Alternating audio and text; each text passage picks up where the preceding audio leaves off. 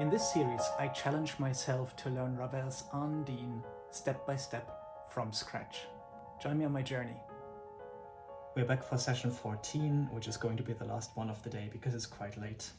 And we need to rest in order to progress as well. Let's see what we're up to. Bar 22, which is that dreaded run that I've been sort of like seeing from the corner of my eye. It probably has a bug that's worse than its bite. It's just a scale on G major, G sharp major it seems, but it is in pianissimo. So let's make it beautiful as well as accurate.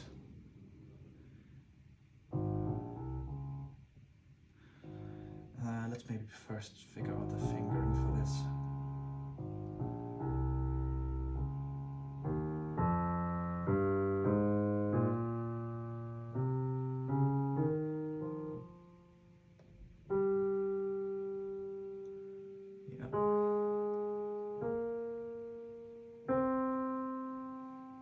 Okay, yeah.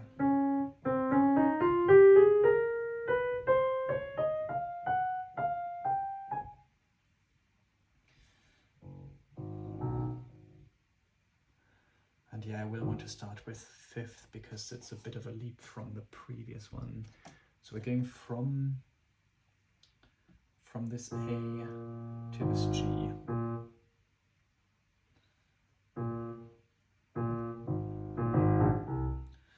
Yeah, I would probably want to take this from with the fourth as well, so fourth to fifth.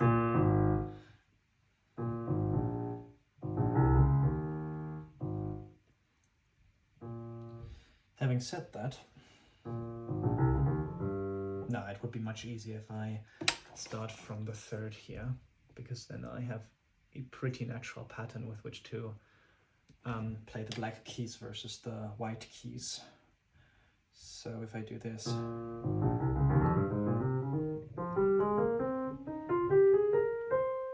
and we're going to here. The other interesting thing is, how do we divvy up the... Is there a clear... Hang on, let's count notes. 4, 8, 12, 16, 17. Okay, so if we make this 8 and 9... This is not going to be super accurate. Not at all. So this being the 9th note, it should fall somewhere here.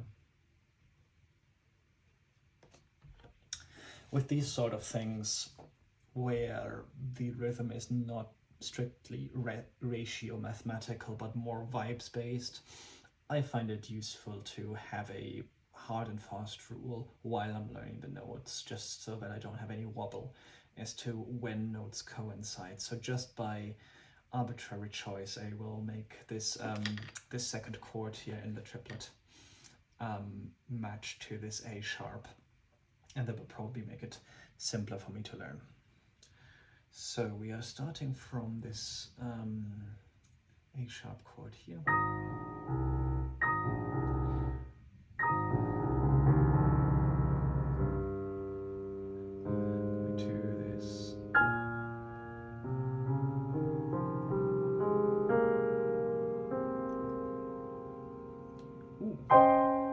Is that right? Yeah.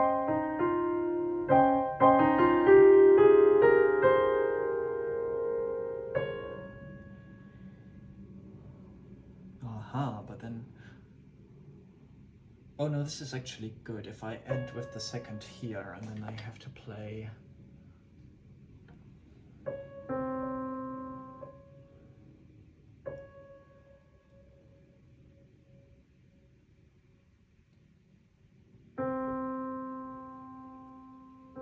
So, no, hang on, I'm over-egging it.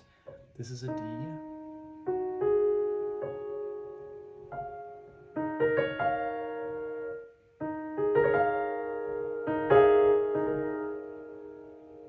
So something like...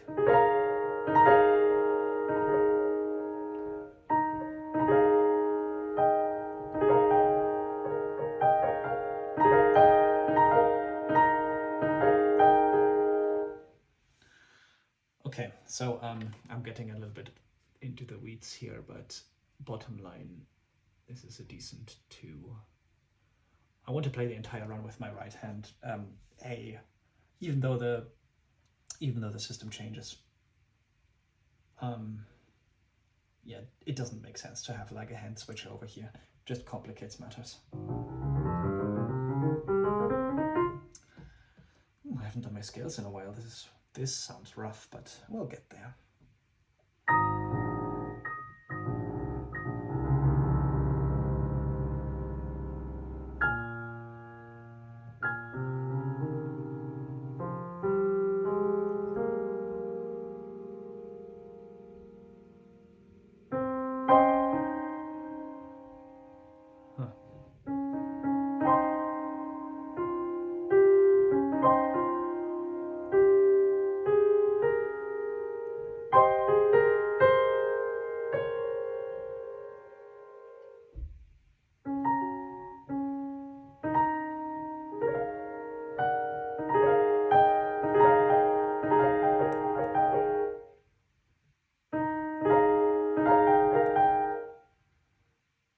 Wow, getting this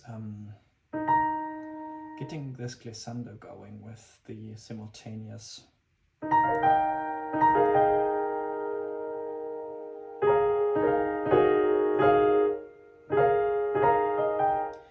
I'll probably have to play this bottom D sharp as a grace note before the beat. So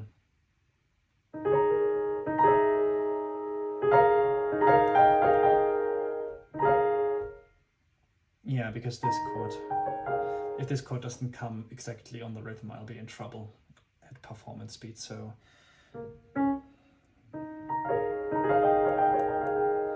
yeah, okay.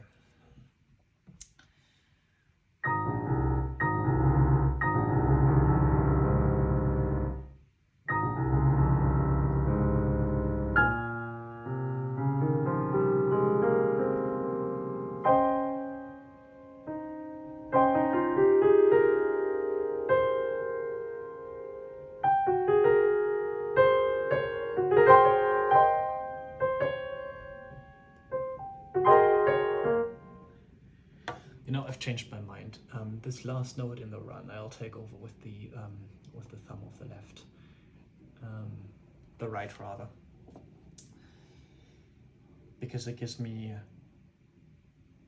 a comfortable amount of time getting myself lined up for this grace note style glissando that I'm trying to accomplish. By the way I'm interpreting this notation is I don't think that the first chord in the ostinato is part of the glissando. I think it's just the two half notes here. So it would sound like.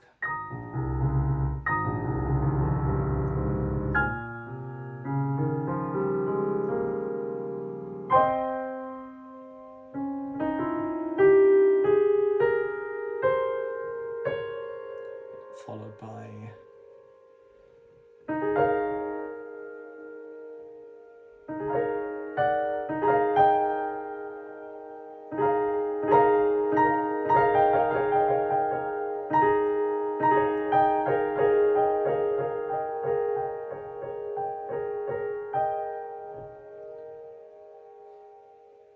Whatever nonsense happens in 23. We don't care about this. We are doing 22 right now. So once again, to solidify this, still a little bit of like search and quiver with the triplet here. So let me just do this in isolation. Easy, easy, and easy. Yeah.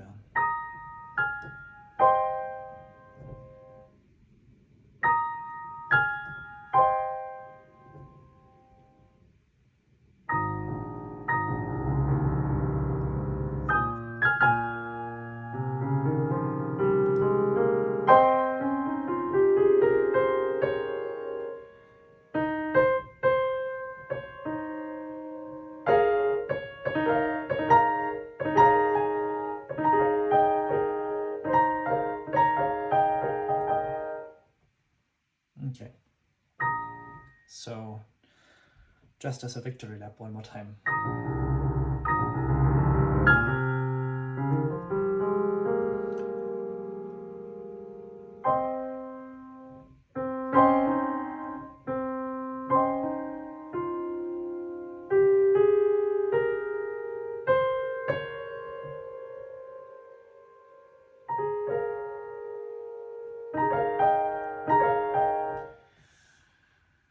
Okay, I think that's enough to get me started on this. Let's connect it to the previous bar.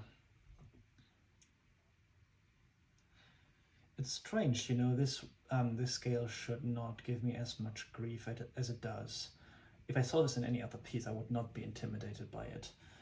I think it's literally just the fact that it's that it's Ondine. So maybe I just need to get a little bit out of my head here.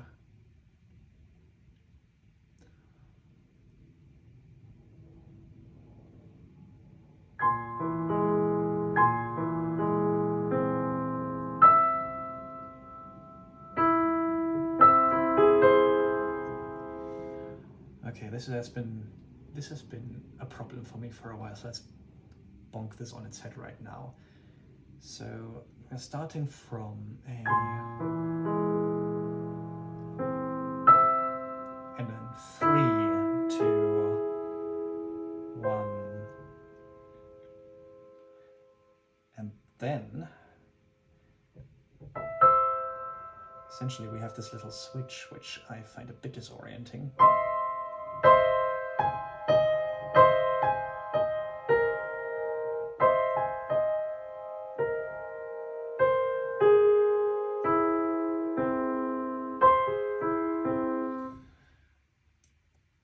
Sounds off, but that's what the notes say.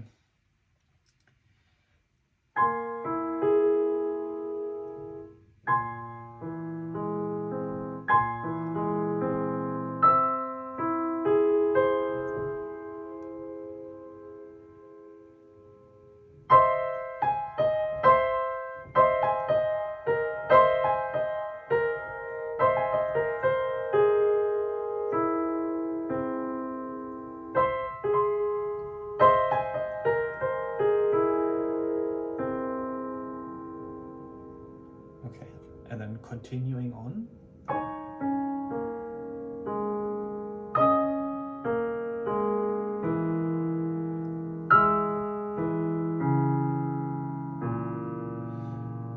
And then this jump here.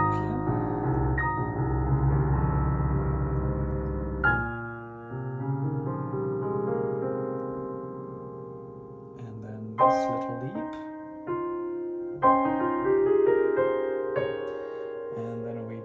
Slightly stretchy chord.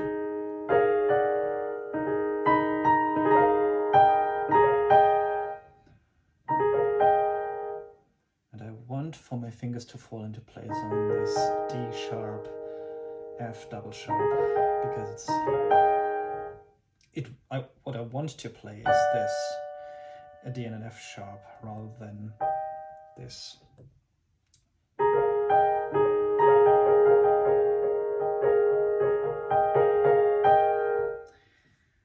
Okay, let's see if we can put all of these pieces together now in these 2 bars.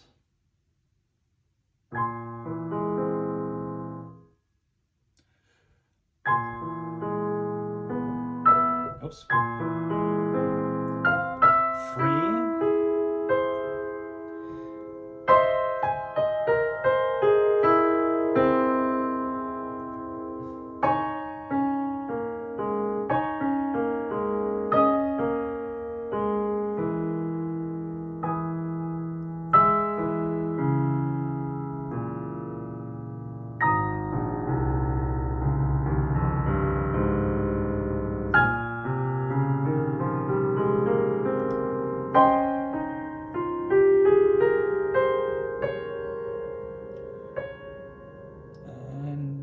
Getting it right the first time around, we have.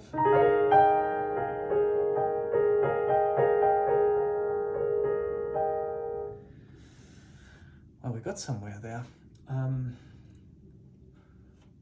Okay, fine. Let's move on to 23.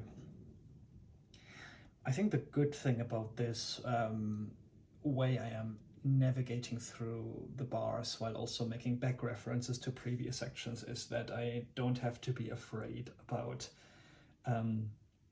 leaving things incomplete, so long as I leave on a note of like not having performed anything erroneously. I can sort of still be very imperfect because I know it will be consolidated later, and it will be easier because I will have baked knowledge of how to play this in the background while I was doing other things. So even though this was a little bit stop and go, to have the most effective practice, I will now move on to the next bar and then rely on a revision to further solidify the run that we've just learned, as well as the like little areas of textual uncertainty that we had in the previous bar, if that makes sense. So we've actually already done a lot of it in preparation. So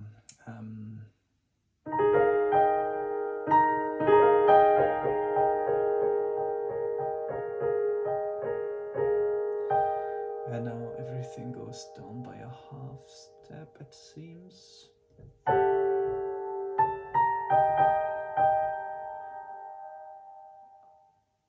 Oh, what's a good way to... Okay, so fingering, I need to do this 2-1 straight away because there's no good place to switch over, and then I want to... The edition wants me to play this with the third. Okay.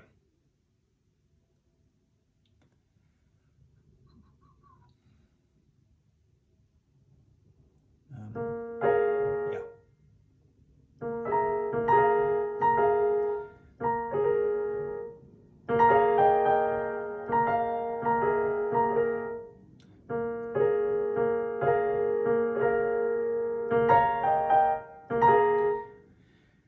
The glissando notation really messes with me. I really have to just think of this as a grace note.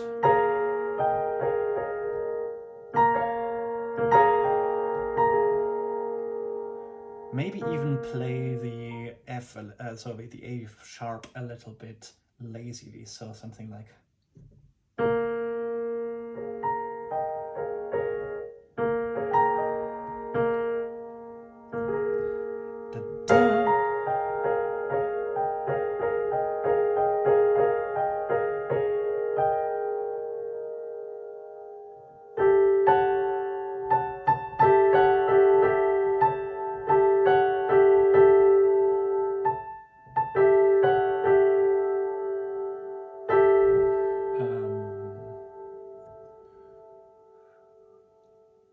So a lot of modulation happening here.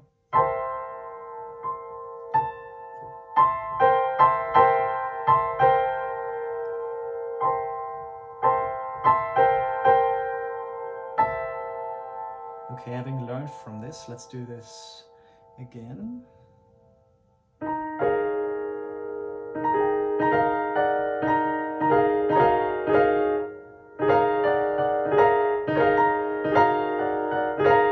So what I'm currently trying to do is I'm trying to feel that the downbeat really is bang on this part. So that this is just before the beat. But then for flavor, I want to also add the A sharp, not directly on the downbeat, but slightly delayed, just slightly lazy.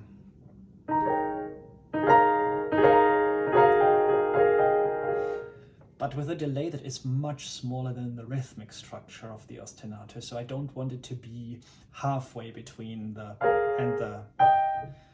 So.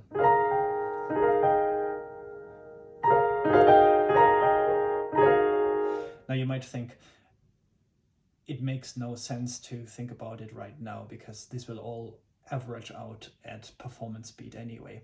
But I think it's also about feel, like where do you build in the areas of flex that during a performance you then will use for a rubato. So if you teach yourself to think of this effect and this effect to be similar but not the same thing, I think you can get meaningfully different sounding results.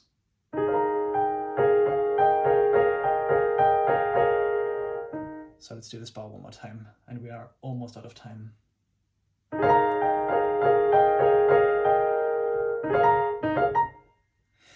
Actually, if I just think of this as a...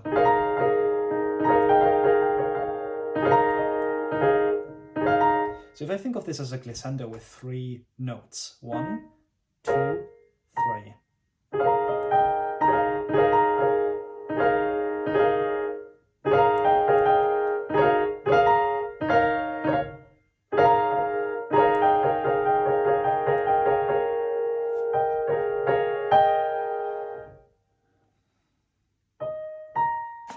And this one I want to play with the 4th.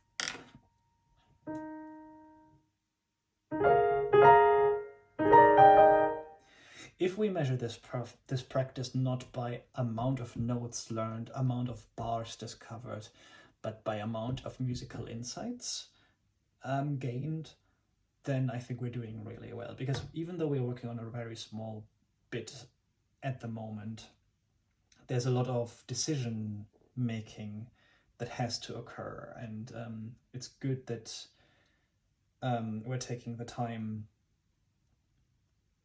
having you know, looking at this, thinking about it, reflecting, trying things out.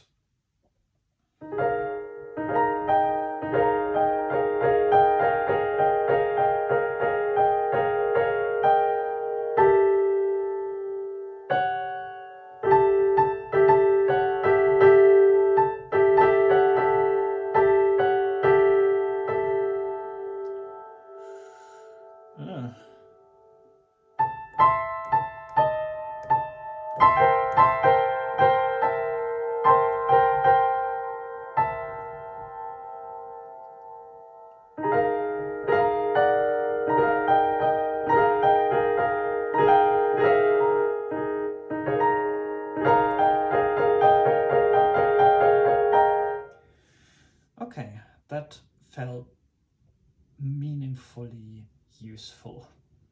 That's a very German thing to say, isn't it? Meaningfully useful. How was your practice? Oh, meaningfully useful. But it was. We've accomplished a deeper understanding of this particular musical moment in the piece. And I have a feeling that this will translate to wider insights as well. I think we're really getting into the dialogue of the musicality with this now. So I am learning a lot, and I hope this is useful for you as well. But for now, let's break and have another session tomorrow.